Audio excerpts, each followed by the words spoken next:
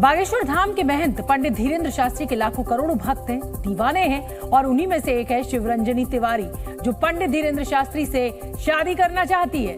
MBBS की पढ़ाई कर रही शिवरंजनी इसके लिए सिर पर गंगा कलश रखकर यात्रा निकाल रही है। उनकी ये यात्रा गंगोत्री धाम से शुरू हुई थी, जो बागेश्वर धाम में जाकर खत्म होगी, जहां शिवरंजनी तिवारी बाबा बागेश्वर धाम के पंडित धीरेन्द्र शास्त्री से मुलाकात के दौरान अपने दिल की बात रखेगी। हालांकि शिवरंजनी ने अपनी कलश यात्रा का उद्देश्य कुछ और ही बताया। मैंने ऐसा किसी न्यूज चैनल में नहीं कहा है कि मैं शादी का ही प्रस्ताव लेके जा रही हूँ या शादी ही करने जा रही हूँ। मेरी इस गंगा कलश यात्रा का 2 उद्देश्य थे, जो कि पहला था सनातन धर्म का प्रचार और दूसरा जो हमारा समाज आज संस्कार विहीन हो गया है उसको संस्कार के पथ पर वापस लाना।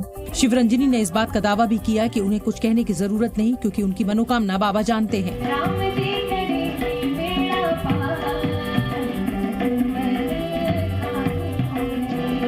मेरा जो संकल्प है, मेरी जो मनोकामना है, जो भी है वो हमारे परम पूज्य महाराज श्री अंतर्यामी प्राणनाथ करुणानिधान सब कुछ जानते हैं। उनके सामने अल्फाजों को कहने की जरूरत ही नहीं है, वो तो खुद ही मन की बातें पहचान लेते हैं।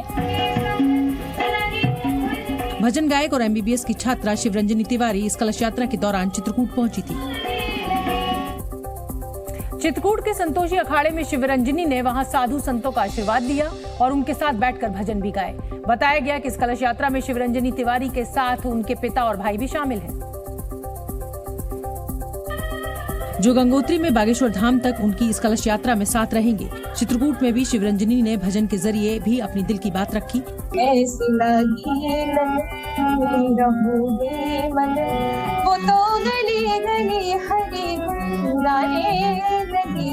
हालांकि शादी के सवालों को टालते हुए उन्होंने ये साफ कर दिया कि बागेश्वर धाम में 16 जून को सच्चाई सामने आ जाएगी।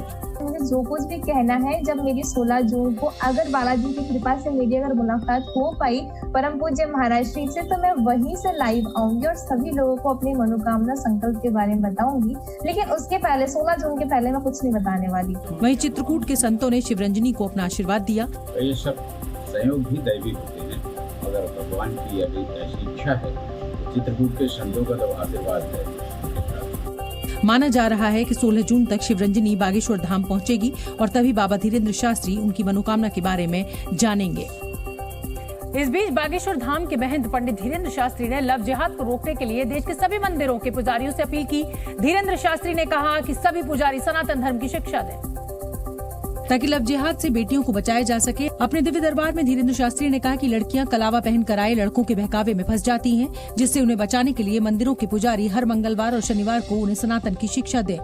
सभी मंदिरों के पुजारी शनिवार और मंगलवार सनातन की शिक्षा दीक्षा देना प्रारंभ कर दें, ताकि हमारी बेटियों को लव जिहाद के चक्कर में कोई कायर बहका न पावे। धीरेन्द्र शास्त्री ने लड़कियों से भी महारानी लक्ष्मीबाई की तरह बहादुर बनने की अपील की। वो कलावा बांध कर आवे तो हमारी बहनें बहक ना जावे। अब बहुत हो गया ढोंग धतूरा भारत में। अब हमारी बेटियों से भी प्रार्थना है, तुम्हें अब महारानी लक्ष्मीबाई बनना ही पड़ेगा। धीरेन्द्र शास्त्री ने कहा कि वो किसी के विरोध में नहीं बल्कि सनातन के सपोर्ट में है, इसीलिए वो सनातन धर्म के ग्रंथों के संरक्षण के लिए भी आवाज उठाते रहे हैं। पंडित धीरेन्द्र शास्त्री ने इस दौरान सनातन धर्म से जुड़े संतों के लिए सुरक्षा की भी मांग की और दावा किया कि राष्ट्रीय हित के काम में लगे लोगों को सुरक्षित रखना जरूरी है। धीरेन्द्र शास्त्री ने इस दौरान हनुमान कथा से सीख लेने की अपील भी की। हनुमान कथा से सीखो, हनुमान जी में वीरता है, हनुमान जी में सौम्यता है, हनुमान जी में सहजता है, हनुमान जी में दिव्यता है, हनुमान जी ज्ञानी है, हनुमान जी ध्यानी है, हनुमान जी स्वाभिमानी है, लेकिन हनुमान जी महावीर भी है। इस बीच पटना में एक कार्यक्रम के दौरान बिहार सरकार में मंत्री तेज प्रताप यादव ने बिना नाम लिए धीरेन्द्र शास्त्री पर निशाना साधा।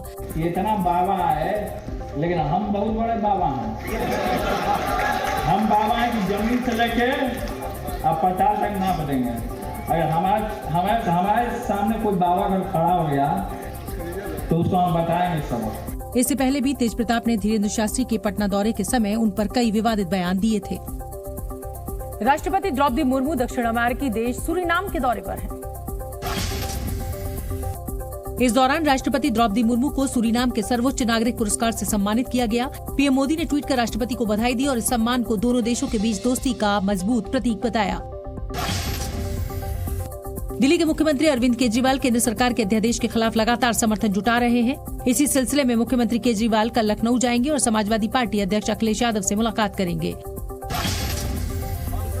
राजस्थान में कांग्रेस को जल्दी बड़ा झटका लग सकता है। सूत्रों के मुताबिक सचिन पायलट कांग्रेस छोड़कर नई पार्टी का ऐलान कर सकते हैं। खबरों की माने तो पायलट अगले हफ्ते ही कांग्रेस से अलग होने का ऐलान कर सकते हैं। कर्नाटक के मुख्यमंत्री सिद्धारमैया ने राज्य के सभी उपभोक्ताओं को 200 यूनिट फ्री बिजली देने का ऐलान किया है। किराए के घरों में रह रहे लोगों को भी 200 यूनिट तक फ्री बिजली दी जाएगी। ऑपरेशन ब्लू स्टार की 39वीं बरसी पर अमृतसर में सुरक्षा के पुख्ता इंतजाम किए गए हैं।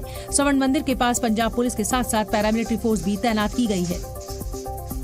दिल्ली से सटे गाजियाबाद में नाबालिग बच्चों का ऑनलाइन धर्म परिवर्तन कराने वाले एक गिरोह के बारे में सनसनीखेज खुलासा हुआ है।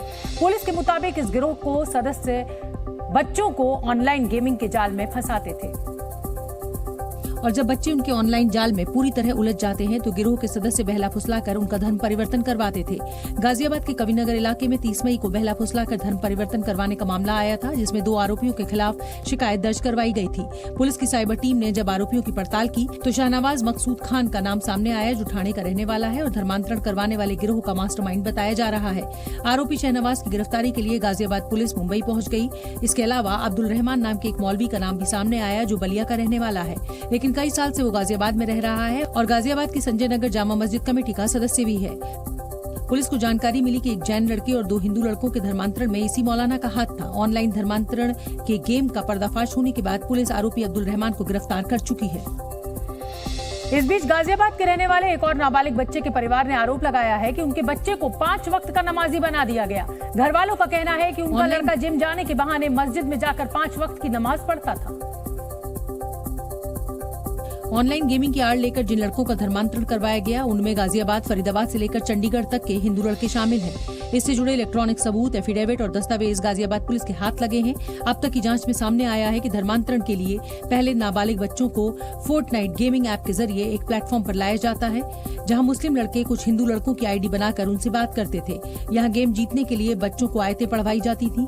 बच्चों को गेम जिताकर उन्हें आयतों पर भरोसा दिलवाया जाता था। इसके बाद उन्हें डिस्कार्ड नाम के एक चैटिंग ऐप पर लाया जाता था। यहाँ उन्हें मुस्लिम कट्टरपंथी और भगोड़े डॉक्टर जाकिर नाइक की वीडियो दिखाकर धर्मांतरण के लिए उकसाया जाता था।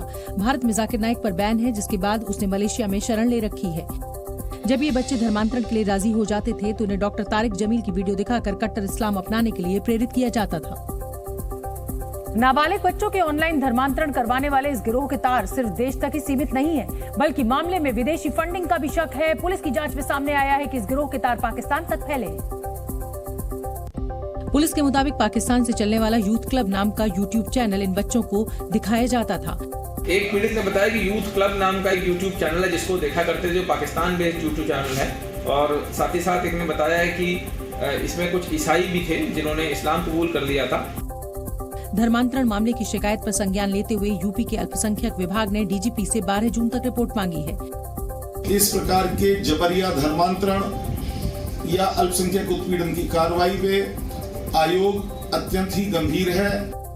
इसके अलावा स्टेट लेवल और सेंट्रल लेवल की जांच एजेंसियों ने भी गाजियाबाद में डेरा डाला हुआ है। वहीं उत्तर प्रदेश के उप मुख्यमंत्री केशव प्रसाद मौर्य ने कहा है कि राज्य में गलत काम करने वालों को बख्शा नहीं जाएगा। विश्वास रखो, गैर कानूनी ढंग से उत्तर प्रदेश के अंदर कोई कुछ करेगा, बख्शेंगे नहीं।